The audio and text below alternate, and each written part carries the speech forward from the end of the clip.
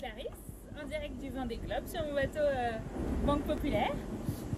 Aujourd'hui c'est une petite vidéo à destination de tous les écoliers qui me suivent.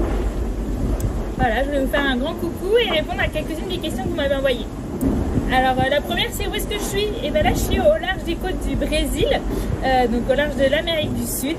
Et je vais même passer entre deux petites îles, entre un archipel de Trinidad et des îles Martin-Vaz. Vous pourrez peut-être aller regarder, c'est des toutes petites îles au milieu de l'Atlantique. Donc là on voit l'Amérique du Sud, ça c'est ma carto,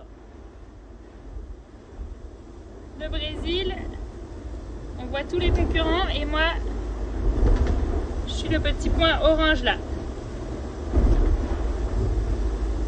Voilà, celui-là qui fait un peu des zigzags à cause des grains. Et je vais passer entre les îles qui sont ici bientôt.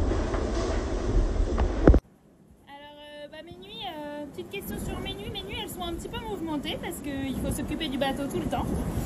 Après, j'ai un pilote automatique qui me permet de ne pas avoir à barrer, mais il faut régler les voiles, il faut choisir sa trajectoire. Donc je dors pas forcément la nuit, je dors aussi le jour, mais c'est vrai que je dors plus facilement la nuit. Et j'ai tendance à faire des siestes de environ une demi-heure à 45 minutes, ça dépend des conditions météo. Là en ce moment c'est un petit peu fatigant parce qu'il y a beaucoup de grains, c'est des gros nuages avec du vent et de la pluie et qui font que je dois changer les réglages de mes voiles tout le temps. Et ça c'est très fatigant parce que je peux pas aller me poser tranquillement dans le bateau, il faut que je sorte, que je rentre, que je sorte, que je rentre pour m'occuper de mes voiles.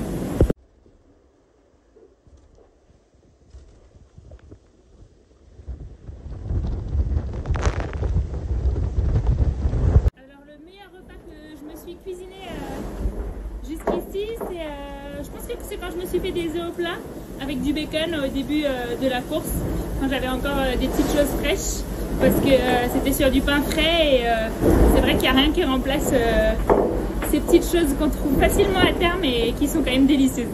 En termes d'animaux, j'ai pas encore vu beaucoup d'animaux marins parce que mon bateau il va très vite et il mouille beaucoup, alors c'est pas facile de toujours être en train de scruter l'horizon.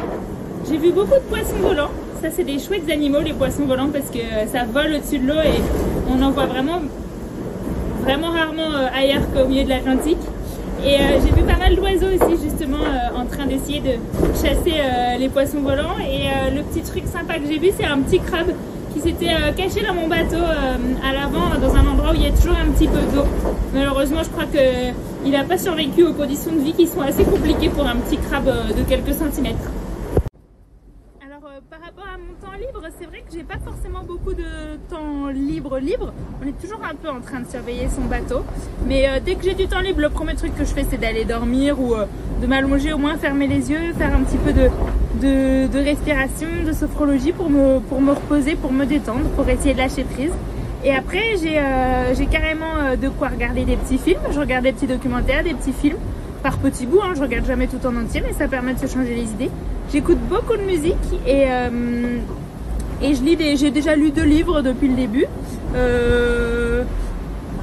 Un qui était une espèce de roman d'histoire d'amour très facile à lire et l'autre qui était un truc un peu triste sur une jeune fille malade, une histoire vraie mais qui était très bien écrit.